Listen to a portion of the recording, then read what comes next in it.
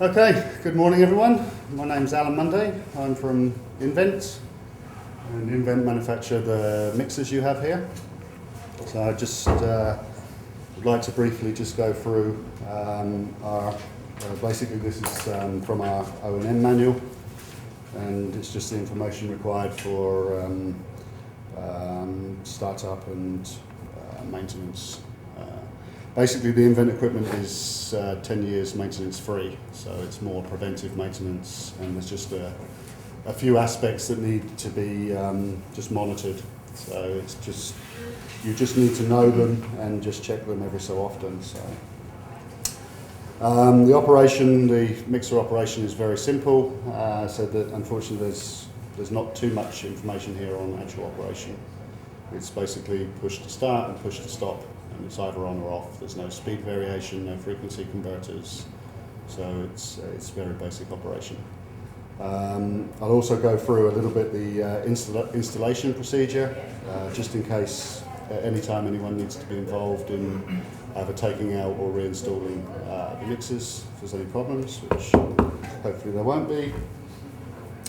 And then we'll go and have a look at the mixers, and we'll start one up at the end of the meeting to wake you all up. So basically this is directly from our product manual, so I'm not going to read this word for word, but basically the Invent mixer, our selling point is that it's energy saving, so it's low on energy, it's very efficient. We use very low RPMs, we have fairly wide diameter, so the RPM at the center we can get away with much lower RPMs, and we have a higher tip speed. So this is how we save energy. And the application is usually, as here, wastewater treatment. We have different types of wastewater treatment, municipal and industrial. We do some sludge mixing as well. And the idea, of course, is to suspend solids in the fluids and to mix to a high level. Okay, the way it works, okay, we have two main products with the mixer. We have a mixer, and then we can also have a mixer aerator, which for the mixer aerator we put a ring sparger underneath, and we create coarse bubbles, and then the bottom of the mixer there's like knives that cut the bubbles. So this side, obviously you don't have here, it's this side of the drawing we're interested in. And the way it works, as I said before, we have a low shaft speed, but we have a high tip speed. So the water is pumped down the Hyperbolic mixer, and then it's basically shot out from the tip. And we get these micro vortexes which travel across the bottom and lift the heavier sludge from the bottom. So here we have relatively or quite high speeds, high bottom speeds. Then we have the top of the mixer, which creates a more gentle mixing current.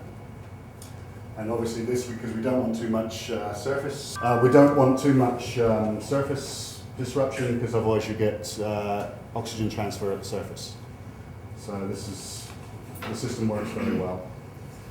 Okay, so I guess you've all seen the mixer, or you've been out there to have a look. We've got like transport ribs along the body. This drawing's not very clear. We have a clearer drawing later, and that basically guides the water to the tip.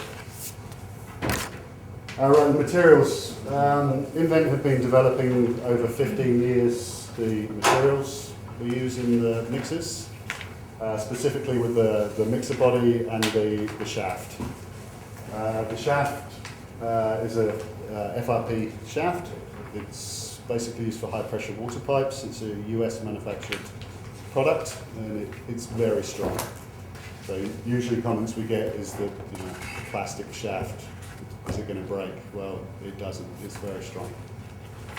And we've Invent have used several different materials, and this is the one they finally settled on, and this is the best product that they've come across. So it's very robust. Then the mixer body itself is also FRP, but it's coated with a gel coat. It's basically the same material that's used for water theme parks on the slides, so it's very durable and very tough. And it has very low adhesive qualities, so basically nothing sticks to it.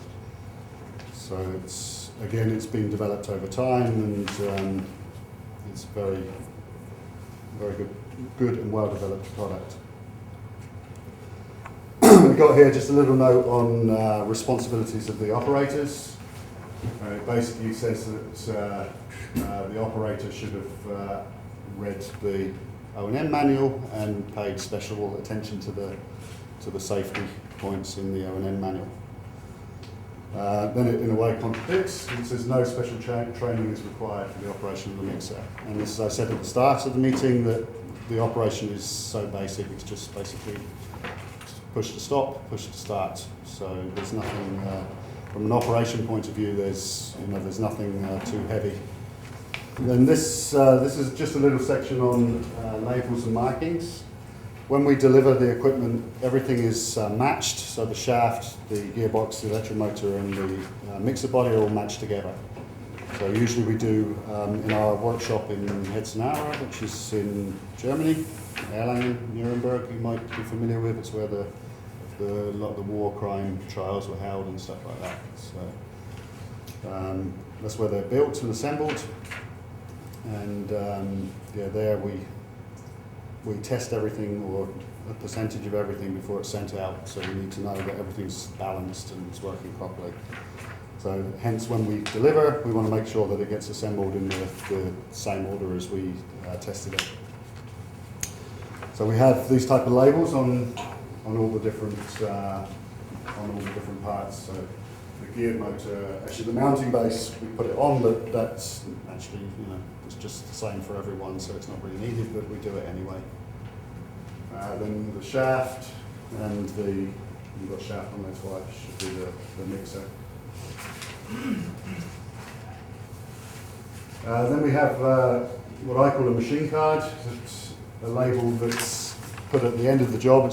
I doubt if they're on there yet, because usually we do it at the end of the job after the final startup.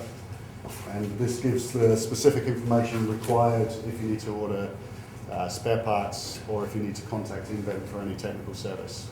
From this plate, we can know exactly which product we're talking about, which unit we're talking about. Basically, all we have is the type. So this hyperclassic mixer, 2.2500 is the diameter of the mixer body in meters. Sorry, there you go. 22 is the rotation speed, and then 3.0 is the horsepower. And then we just got the serial number for the product, when it was manufactured, again the rotation speed, even though you can get it from the product code. Rotation direction, which is quite important, obviously, because you can look on the stamp and then check if it's rotating in the right direction, and then just the weight and the installed power. How do we check the rotation by just looking down at it? Yeah. Actually, there's also, if you want to check the rotation speed, there's a timing marks on the shaft. This is in this presentation, so I'll go for it. You'll see in a second when I get to it.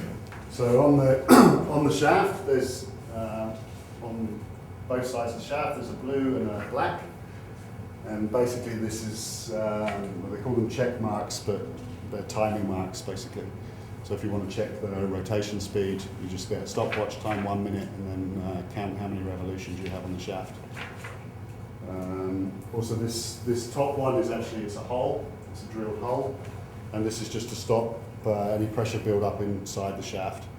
So it's empty at the bottom. If any water comes in, it comes out the top of the shaft.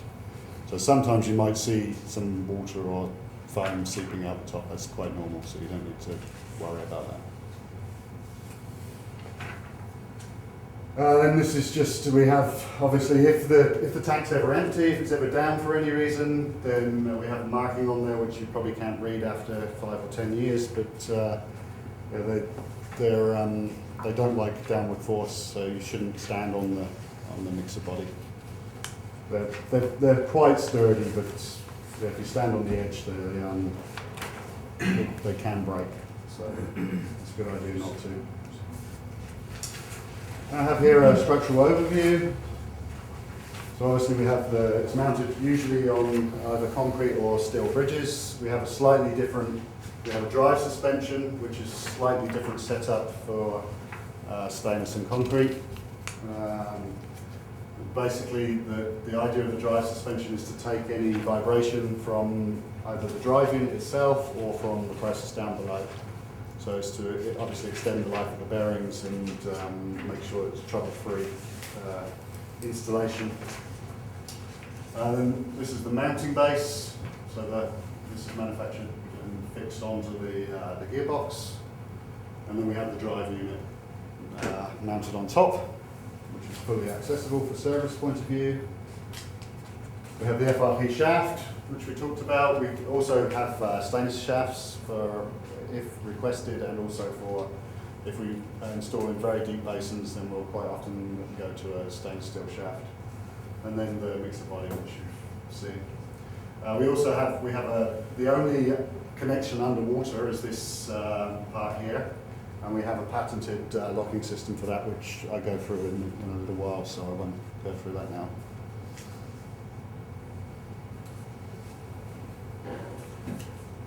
So here's a little bit better. You have basically, it's still not that clear, but we fixed to the bridge, so there's a bolt either side, and a heel washer or a step washer to take up the I-beam profile. We fix everything with Loctite, so they can't move, hopefully. And then going through the base plate here is a rubber bushing, which actually takes the impact and any impact and vibration. And actually you'll see when we start it up, you always get obviously a bit of a kick, and you can see the mounting base, or the suspension rubbers taking that force, so it works quite well. Okay, we have consumable and spare parts. So again, this is directly from the manual. So we obviously have motor bearings, which have, as I said, I think 10-year lifetime, basically. There's a seal as well, lip seal. And you have obviously bearing in the gear units, the gear wheels, and then these rubber drive suspensions, as I say, because they're open to the element, so they need to be changed every so often. And we cover the duration of these changes. And then of course the coatings, the painting is needs to be checked. If they start to rust, then it's a good idea just to paint them up, so they don't get too far gone. Safety equipment, there's no special safety equipment, just general personal safety gear, so helmet, glasses, gloves, earplugs, then safety boots and close-fitting overalls, and keep long hair and beards away from turning materials, so it's the normal safety procedures. Okay, now I'm just going to go through the installation. I know you guys aren't involved in the installation, but this is a good way of understanding how the product goes together, and as I say, if you ever need to do any reinstallation or anything, or are involved in it, then you'll know what's going on. I won't spend too much detailed time on it, I'll just skip through it relatively quickly. But this is, as I say, is the mounting base, and then the first job is we insert these rubber suspension drives, suspension plugs, and they just hammer into a hole in the mounting base. We have to make sure, sometimes they spring back, so we just have to make sure that they're not installed like this, they're installed like this. It's just for leveling purpose. We want the shaft to be perfectly level, so we need to make sure that once it's installed, it stays at the same level. And basically, we fix or put the gear or the drive unit on its side like this, and then we fix the base plate to the drive unit. Okay, once we've done that, we're then ready. We can insert the shaft. So we just need to make sure that the horizontal lines are the same on the shaft and the gearbox, and then we slide the shaft inside the hollow shaft. And the gearbox has this next picture. Yeah, so there's a hollow shaft in the gear drive, and we just have a keyway that locks it, stops it from rotating inside the hollow shaft. And this is just standard stuff. We have a pulling tool, which we use if necessary to pull this shaft through. It's basically just a cup that sits on the top and then a threaded bar, and you just wind it through and it pulls the shaft through. We use grease on the shaft to stop it seizing, so if it needs to come out at any time, it should come out okay. And we lock this off with a locking washer. So basically, you can't see it here, but there's a locking tab that fits into the same groove that the key's in, and then we bend the locking tab into the housing on the castle nut. And this means that this cannot come loose, it can't undo, so you have no problems with shafts dropping out. And there's just more pictures of the same stuff. Yeah, so you see there's a keyway in here and then another keyway here.